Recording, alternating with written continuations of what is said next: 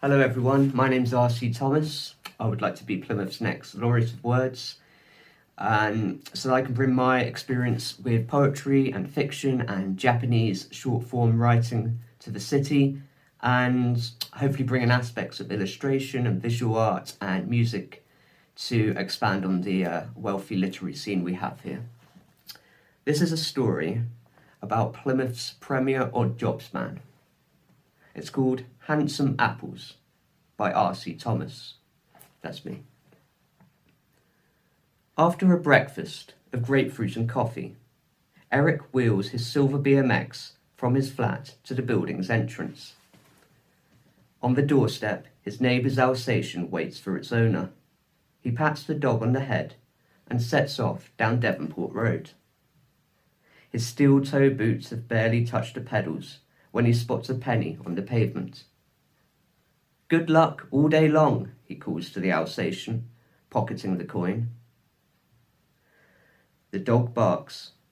Another $58.99, and he can hire the brush cutter he's had his eye on.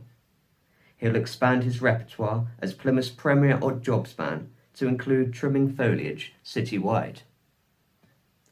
Eric sits back on his bike, enjoying the hill's descent on a quiet spring morning. The cool air blows his smoky beard against his neck.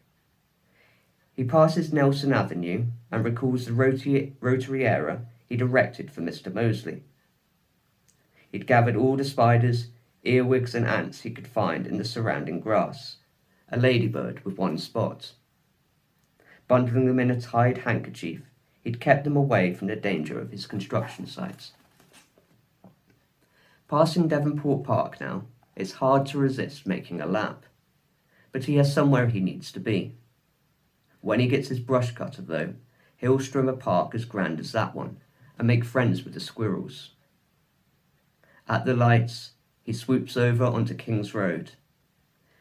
He speeds past the college, humming the jaunty tune of the Wombles, rhubarb's discordant ditty, childhood favourites which made a home in his head.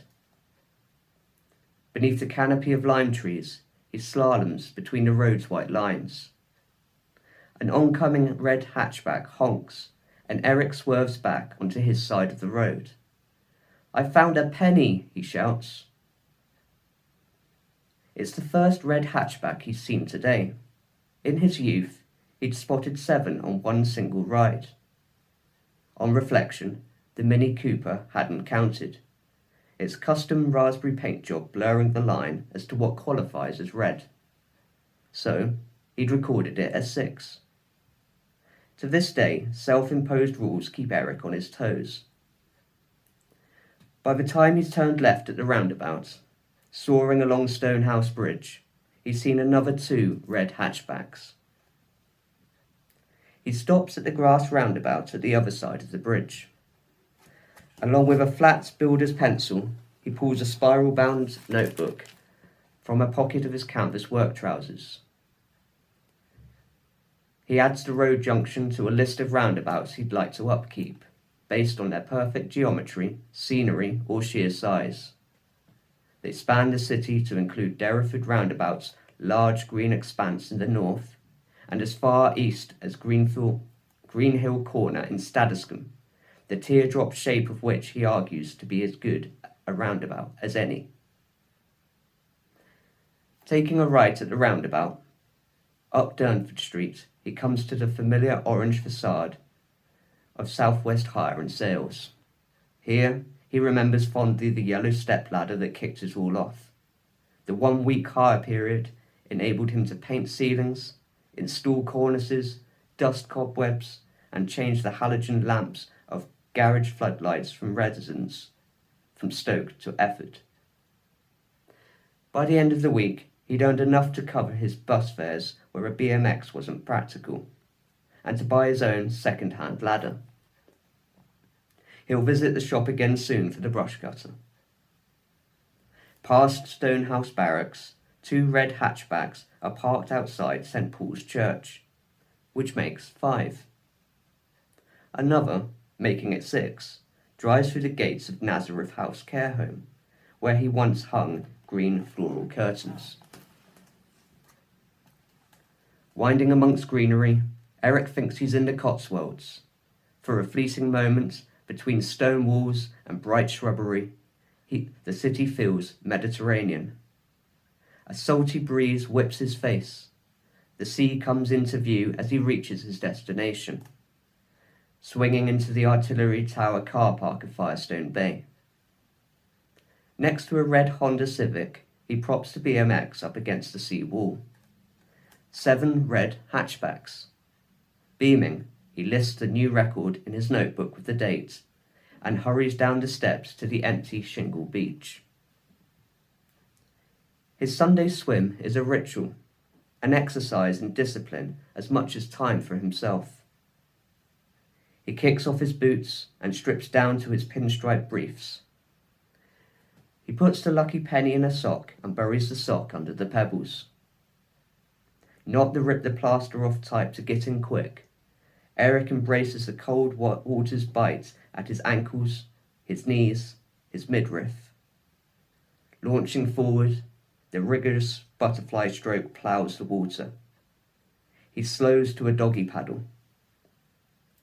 His granddad had taught him to count accurately using the Ansom Appos method. 1 Ansom Appos, 2 Ansom Appos, etc. He'd later learn that Ansom Appos translated as handsome apples. As a child, Eric had ducked underwater and counted 105 Ansom Appos. He's struggled to beat his record ever since. Last summer, for example, he'd burst before he could reach his target, blowing out a rush of bubbles, his throat filling with salt water as he scrambled to the surface. He coughed and retched, promising himself he'd never try the stunt again. Today, with his lucky penny, the 7 red hatchbacks, and the water ripe with spring, Eric fancies his chances. He fills his lungs, screws his eyes shut, and bows his head into the water. The rest of his body follows, legs in the air like stalks, and he disappears completely. He clasps a tuft of seaweed on the sea floor and pulls himself down. Legs folded, he sits in the Sukhasana pose. Only, rather than breaths, his meditation is measured in Ansom Appos. Reaching 10 Ansom Appos, he relaxes his body. His arms trail up and down as if mimicking the seaweed. 20. The artillery tower seizes his mind. Along with crabs and anemones, he pictures himself defending the bay from intruders. 40. A great white shark circles him. Panicked, he's suddenly aware of breathlessness.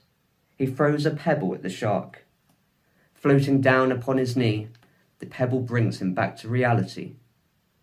A basking shark would be more likely, if there was any shark at all. The great white dissolves into sun glitter. 60. The rhyolitic lava which formed Drake's Island across the way courses through the water, stirring around Eric's body and scorching his skin. 72. He sees Drake. He becomes Drake. His beard is pulled to a point by the pitch of Drake's ship sailing on the Sound. 80.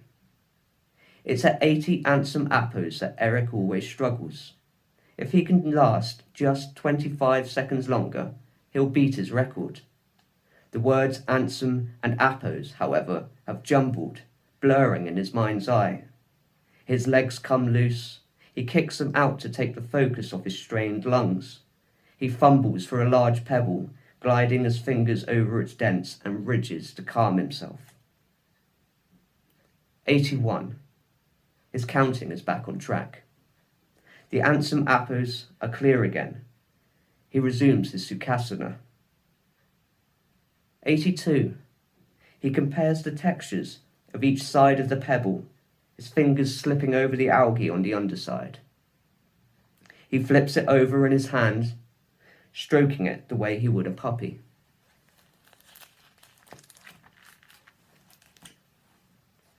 90. The pebble is a cannonball. They rain over the sound, but Eric is safe, the water softening their impact. 97. Puffed cheeks deflating, he draws the last of his stored oxygen from his mouth to his lungs. He floats slowly upwards, the pink island of his back breaking the water's surface. 100. His head still submerged, Eric shakes it like a rudder. He flails his arms. 106. Not satisfied with merely beating his record, Eric's sure he has more in him. Distracting himself from the pain in his chest, he retraces the morning's journey from the fortified structure of his flat to that of Firestone Bay. 109. He bucks, raises his head from the water, and heaves for breath. He flips himself over to float on his back, the warm sun nursing his chest. Closing his eyes, he trains his breaths to a steady flow. The bark of a dog on the beach rouses him. Treading water, he admires the trim of foliage at the top of a rock face. He'll add it to his list. Thank you, everyone.